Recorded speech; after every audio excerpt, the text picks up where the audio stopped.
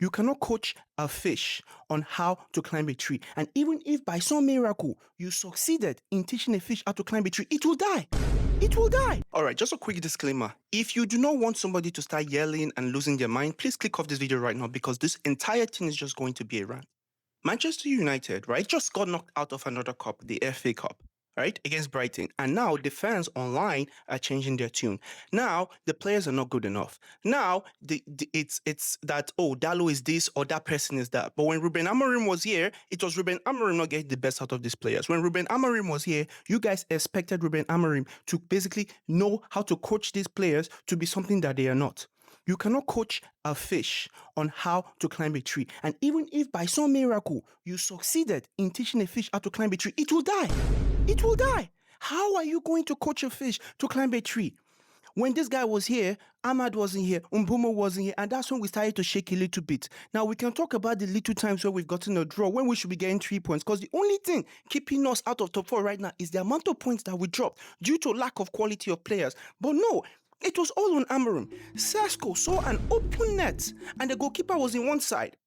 Instead of Sesko to score the goal and play it to the open net, he played it towards the goalkeeper's side and hit the post. But that was on Amorim because Amorim apparently is responsible for the actions of the players inside the pitch. So when a player takes a shot in that position, when you and I know fully where he should be scoring, that is on Amorim. When Ugarte tries to make a diagonal pass and kicks it outside of that is on Amorim. Apparently, individual talent doesn't matter anymore, right? Individual brilliance doesn't matter anymore. When we win the game, it's individual brilliance. Amorim did nothing, right? When we lose the game, it is Amorim's fault because we do not have a system or a style of play. We're just Vibes FC. Well, if it was Vibes FC, why are we not winning with Fletcher? Or why are we not getting a draw with Fletcher? Because we beat Brighton this season. We beat Brighton 4-2 this season. It's not like Amorim did not beat Brighton. We actually did beat, and we played a lot better against Brighton this season than Fletcher did. Now, I do not want to necessarily blame Fletcher because the truth of the matter is I know what the problem has always been. It's the owners and it's the players. It's really that simple. It's that simple. We do not have Man United level players.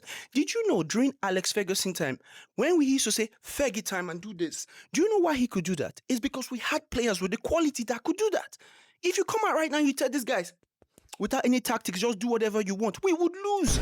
Like, we would lose heavily. They need to be guided through every step of the game because they're not good enough. You talk about Vibes FC. Fergie time is literally the definition of Vibes FC.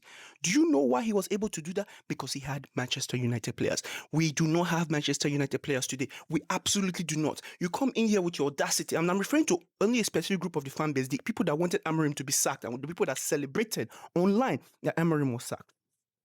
You talk about how Manchester United, our standards have dropped. Manchester United, we should not be here, we should not be there. We should be top 4, we should be challenging. All of that is well and good. But how about this? Manchester United, the players we have are not Manchester United players.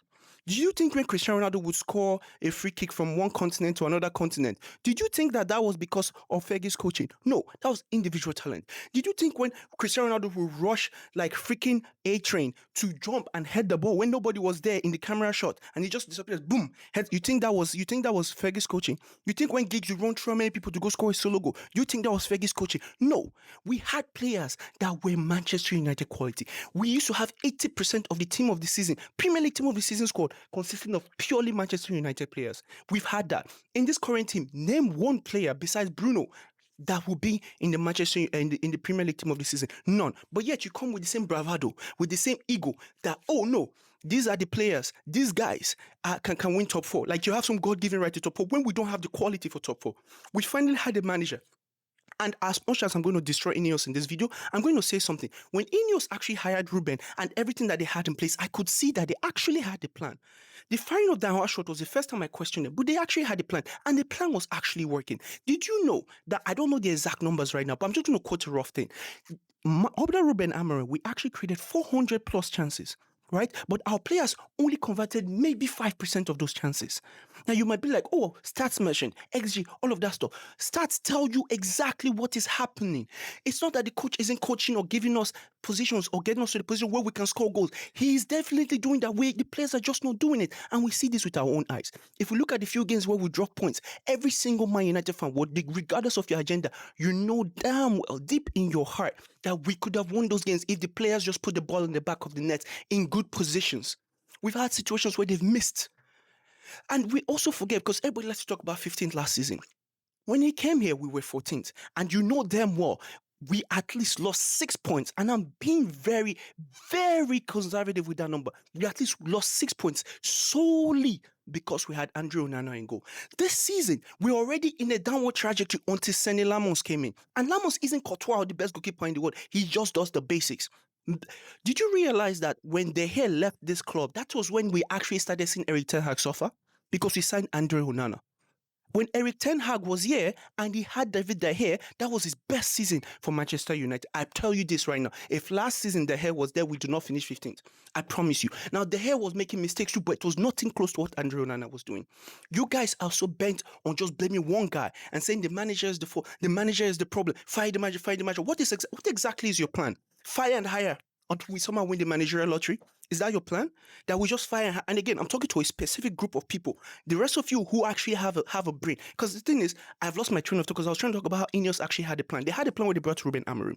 They did. The plan was he's going to come here with his back three and whatever, and they were going to build that system from scratch and then make signings gradually. And within a certain amount of time, 2028, which was the plan, we would be in a position where we can now move on to the next level. Now, whether we stick with Ruben Amorim, that will depend on the progression, and then we can change. But Ruben Amorim was here to kick off the plan, and the plan was actually working because, like I said, we were creating a lot of chances and more than we were before. We actually had a positive goal difference. We were doing a lot better than we were. The issue now is the defense I was leaking. And guess what? We do not have world-class defenders. We went from Rio and Vidic to whatever we have right now. I'm not trying to insult the defenders. I know they're doing their very best. But we've gone back to heaven, Euro. These are developing players that should be coming in to learn. When Varane was playing for Madrid, he was not the main guy. He had Ramos, he had Pepe, he had people to look up to. People that could help guide him and then make him evolve to the player that is what. You're having these young players coming to a team where the pressure is ridiculous. The manager was trying to protect the young players, but all you did was call for youth. Do you know what you guys are? You are no different than Gary Neville, because when Erik ten Hag was here, Gary Neville that was saying a back three is not Man United DNA, asked what's his name, Erik ten Hag, to go with the back five. He did. There's actually a video clip of him saying this. You can look it up online. He contradicted himself. Do you know why? Because he's just like you guys. When things get bad, we're losing, everyone gets emotional. You just want something to happen. You don't care what it is. Oh, I don't like this. It's uncomfortable. I don't like us losing. Oh my God, I don't care about the plan. Just sack him. Just sack him. Sack him and get somebody else. That's all you guys do. Sack him now. Get somebody else. That's all you do. You just cry and whine like little babies. No actual plan or we talk about Greensby, right? Because that's how he lost to Greensby. He should not be here. Why is he losing to Greensby? Do you think that if we had Fergie level players on our team, do you think we lose to Greensby? Even without a coach. If Fletcher coached Fergie level players, do you think he loses to Greensby? No. And let's be clear, his coaching actually brought us back into that game. The players he started with were not good enough.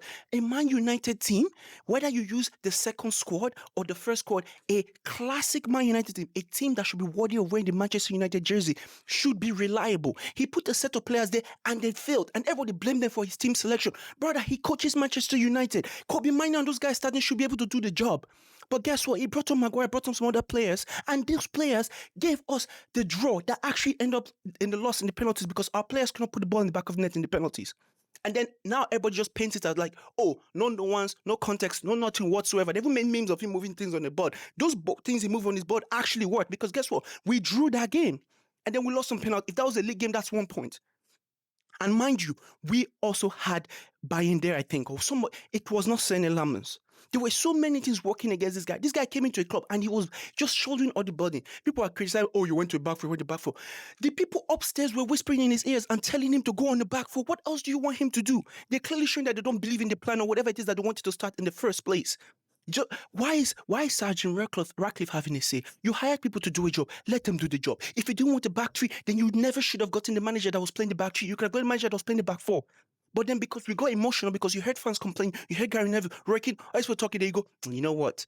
It's not really right. Let's go and lose a back four. We are being run by the three stooges. I'm telling you, we are being run by the three stooges. We do not have any leadership in this team. It comes from up all the way downward. But no, let's hire and fire. Let's hire the next manager and see how that goes. And for all of you talking and criticizing managers, right? Make your list down there. Who do you think can come in here and make Manchester United, these current squad of players, play better than Arsenal, Manchester City, and all the other teams that are above us? I want you to bring Liverpool. You want our team to, we beat Liverpool, yes, but I want you to tell me managers can come, right? And actually, besides Ruben Amorim, and actually get us playing more than what we're doing right now. When he left this club, he was sixth position. I want everybody to remember this, and he was 3 points away with these players. Jose Mourinho already told you guys. His biggest achievement was not the trouble, was finishing second with Manchester United. And I don't even think it was because of anything else. It was because of how this club was run and the fact that they were not willing to back him enough to give him the players that he actually deserved and wanted. All you guys cared about then was style of play, even though he was second or whatever it is. All of that did not matter at that time. Then now all of a sudden somebody comes to start of play. Now you've changed the tune again. What do you guys want? You want the manager to come in and win the league with these guys? You want the manager to come in and turn Dog into Cafu? Is that what you're looking for? Because you're not going to get that. You're all living in the Lululand, if that's what you actually think. Anyways, I'm done, man. I'm so angry right now. Not even with the result, because I already accepted that this season is over the minute they sacked Ruben Amorim. I'm just so upset at how some Man United fans actually think. Leave a like and subscribe if you feel like it. I'll see you guys next time.